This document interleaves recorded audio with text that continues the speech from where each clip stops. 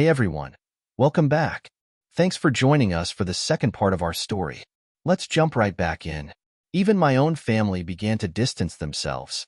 My father refused to speak to me, his disappointment evident in every glance.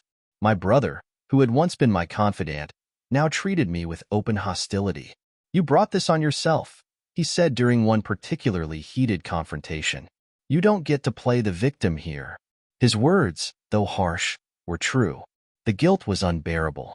I replayed the events of that day over and over in my mind, each memory sharper and more vivid than the last.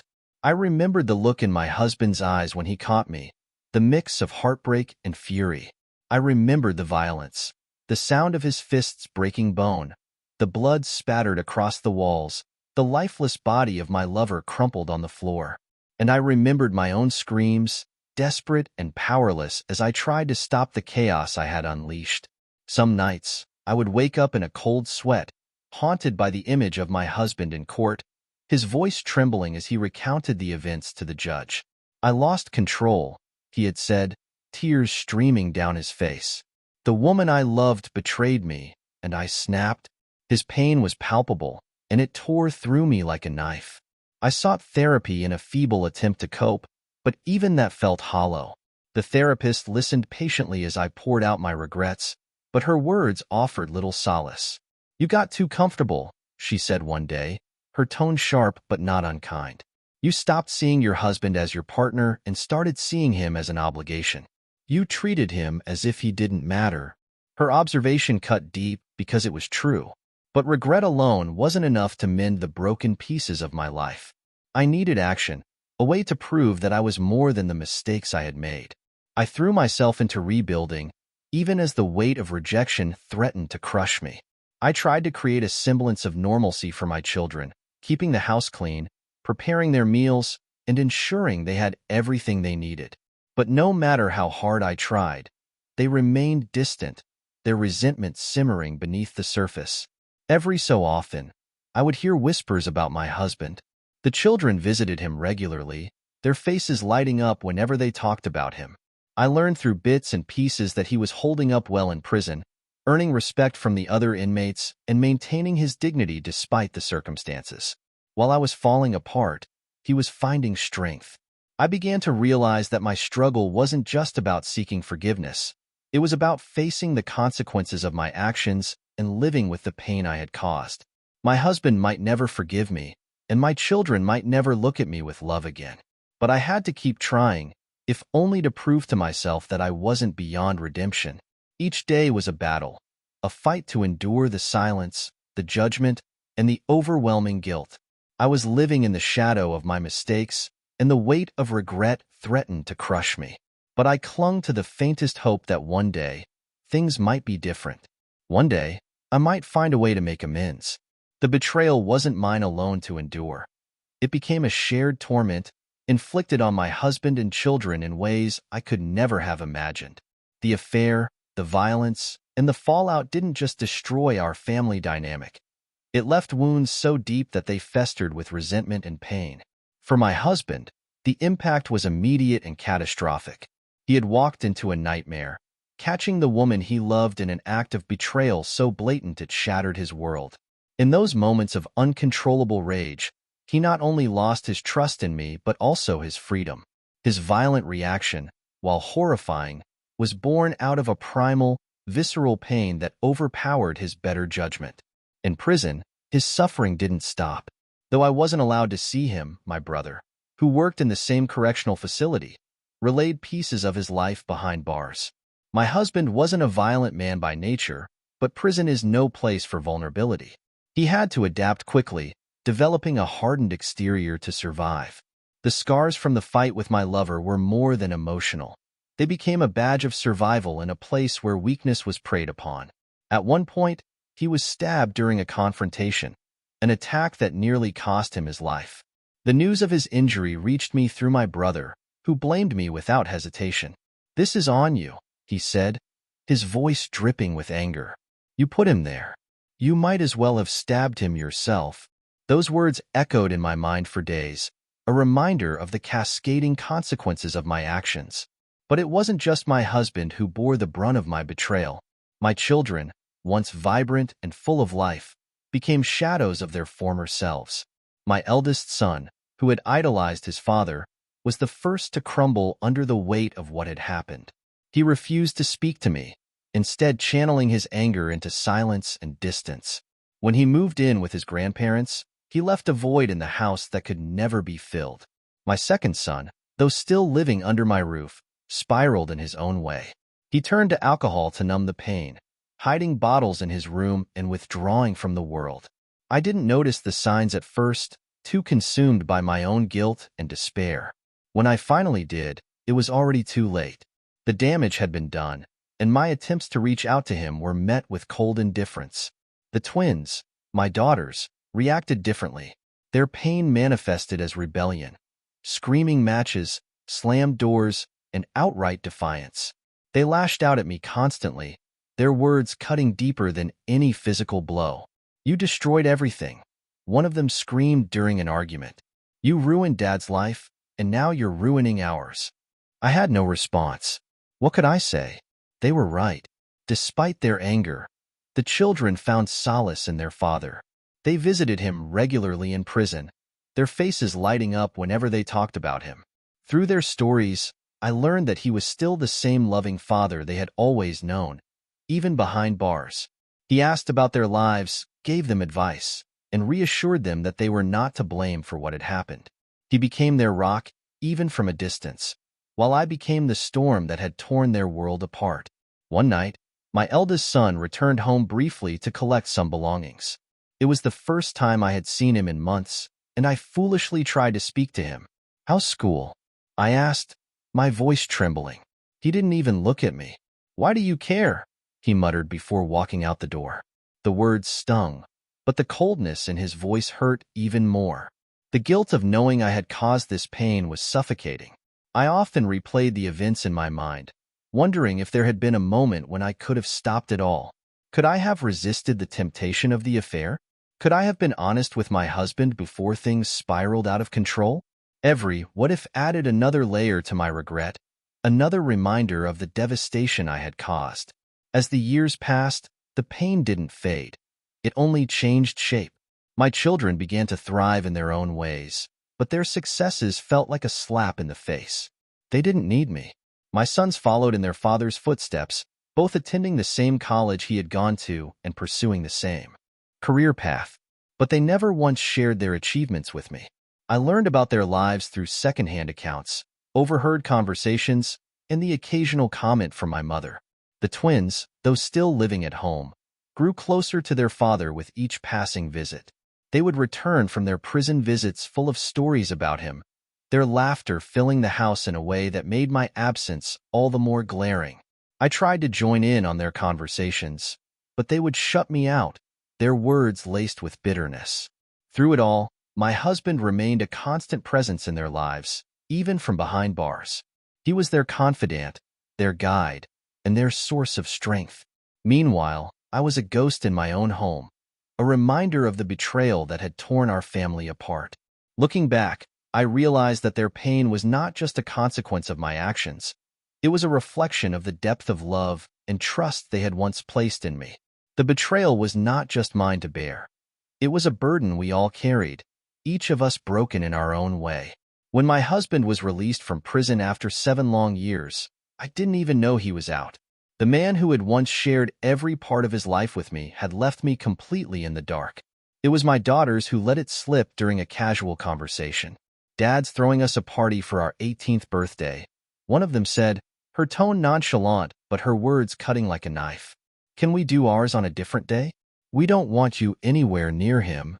That was how I learned he was free, and that he had moved on without me. The realization crushed me. I had clung to a faint hope that, one day, I might have the chance to apologize to him face to face, to explain how deeply I regretted what I had done. But the thought of him being out, alive and thriving without even telling me, made it clear that I was no longer part of his life. He had erased me entirely. Desperation overtook me.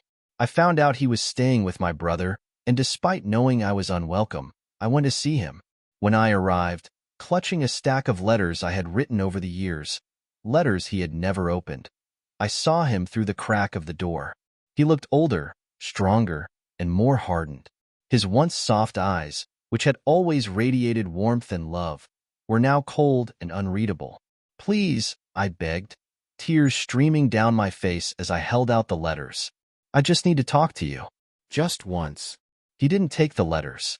Instead, he stepped outside and handed them back to me, his face devoid of emotion. "You forgot this," he said coldly, his voice like ice. Then he turned and walked back into the house, leaving me standing there, broken and sobbing. My brother appeared at the door moments later, glaring at me with disgust. "Leave," he said firmly. "You don't belong here."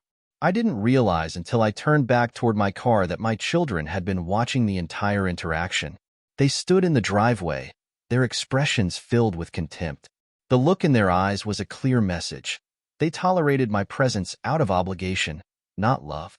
It was then that I understood how far gone everything truly was. My children, though still technically under my care, had already chosen their father. He was their hero, their rock, and their guiding force. I was nothing more than a shadow of their past, a reminder of the betrayal that had scarred them. I later learned through my mother that my husband had built a life for himself, even while in prison. He had taken advantage of every opportunity to better himself, earning certifications, staying physically fit, and mentoring other inmates. By the time he was released, he was not just surviving, he was thriving. He quickly found a job through one of his former clients, who had been loyal to him despite the scandal. His charisma and intelligence hadn't faded, and he rebuilt his career with the same determination he had always shown in life. But it wasn't just his professional life that flourished. My children became his world, and he became theirs. They spent nearly every weekend with him, their bond strengthening with each visit. They talked about him constantly when they returned home. His humor, his wisdom, his unwavering support. Hearing their laughter as they recounted stories of their time with him was both a balm and a blade. It was comforting to know they were happy, but it hurt to realize I had no part in that joy. My mother also mentioned something else, something that pierced my heart even further. My husband had been seeing someone, the ex-wife of the man I had the affair with. They had started visiting each other a few years before his release, and since then, their relationship had grown. The irony was almost poetic. The woman whose life had also been destroyed by my betrayal had found solace in the very man I had hurt the most. I couldn't even bring myself to be angry about it. What right did I have to feel anything but regret? Despite his successes and newfound happiness, my husband wanted nothing to do with me. He made it clear that his priority was his children, and I wasn't part of that equation. Every attempt I made to reach out to him, whether through letters, phone calls, or in-person visits, was met with silence or rejection. His coldness, though deserved, was agonizing. I remembered the man he used to be, the man who would leave little notes in my lunchbox, who would hold my hand during family dinners, who would sing to me in the kitchen while cooking. That man was gone, replaced by someone stronger but distant, someone who had learned to live without me. As much as it hurt, I couldn't blame him. He had every right to move on, to find happiness in a world where I had no place. He had rebuilt himself from the ashes of what I had destroyed, and though it crushed me to be excluded from that new life, I knew it was for the best. My presence would only reopen old wounds, and he deserved peace after everything I had put him through. The house feels hollow now, a shell of the life it once held. The laughter, the warmth, the love that filled every corner is gone, replaced by an oppressive silence that presses against my chest like a vice. Every room is a painful reminder of what I had, what I destroyed, and what I can never have again. My children speak to me out of obligation, their voices stripped of warmth.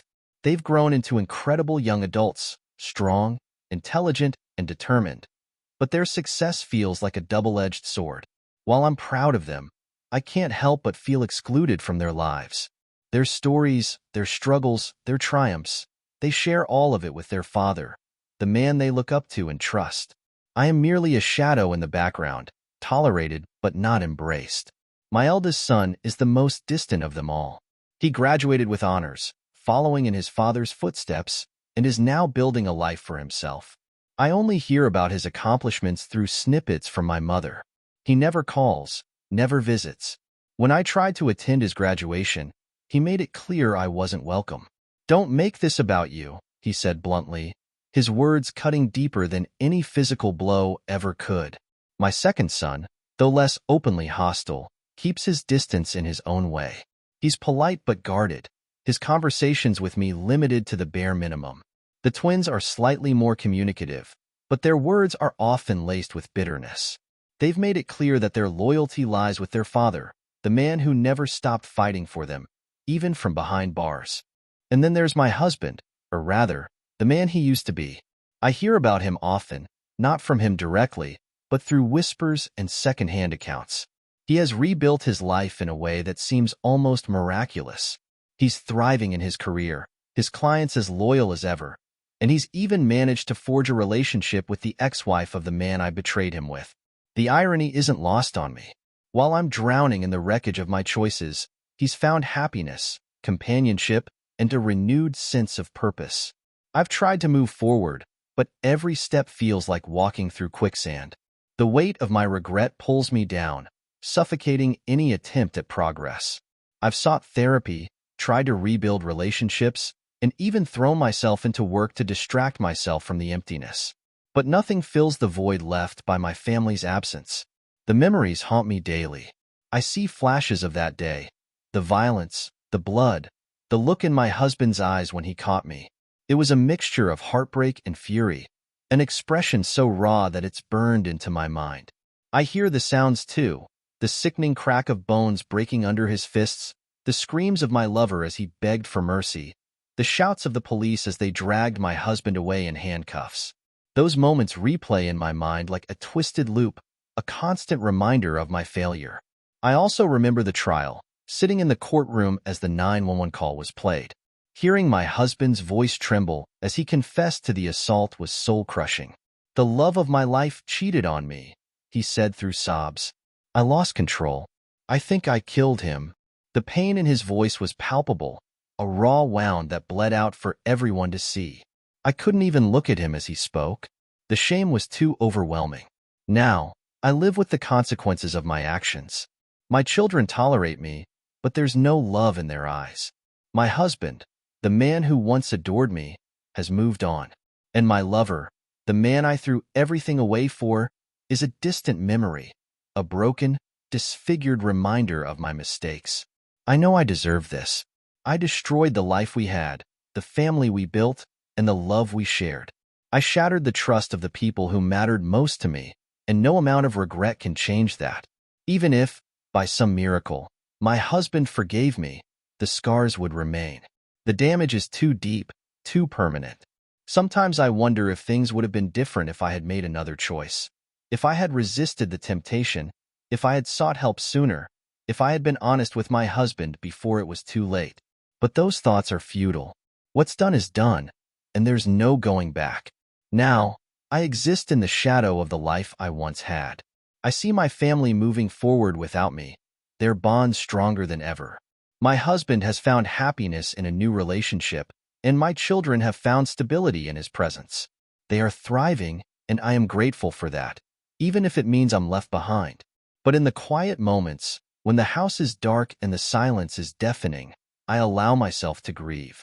Not for the life I lost, but for the person I used to be, the woman who had everything and didn't realize it until it was gone. That woman is gone now, replaced by someone who lives in the ruins of her choices, haunted by the ghosts of what could have been. If you enjoyed this story of resilience and redemption, don't forget to like, share, and subscribe to Lost Love Mystery. Your support helps us bring you more heartfelt tales like this one. Have a story of your own? Feel free to share it with us. We'd love to hear from you. Stay tuned for more stories that touch the soul and remind us of the strength in every heart.